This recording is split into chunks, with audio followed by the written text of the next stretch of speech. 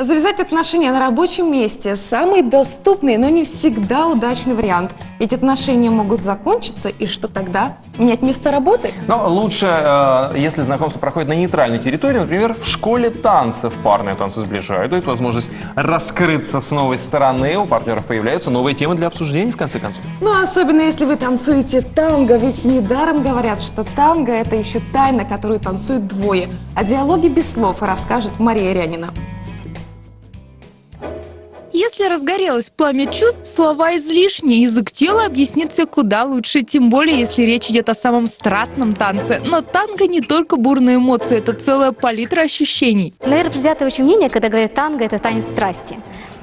Он может быть всякий, он может быть нежный, страстный, меланхоличный, грустный, очень веселый, потому что в танго есть не только танго. В танго есть милонга, быстрый веселый танец, есть вальс, танго-вальс, он практически такой же, как вальс, да, очень похоже.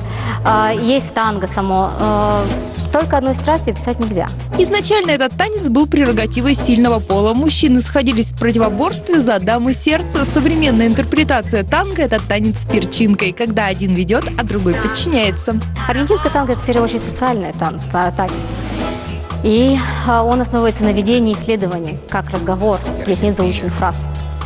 Мы постоянно импровизируем. Партнер ведет, партнер следует, партнер задает вопрос, партнерша отвечает. Партнерша задает вопрос, партнер отвечает. Зародилась танго в Буэнос-Айресе. Плясали тогда от африканских традиций. В начале 20 века в этот танец влюбился Париж. И по всему миру началась настоящая тангомания. Не зря в стольких фильмах и музыкальных клипах можно узреть зажигательные телодвижения.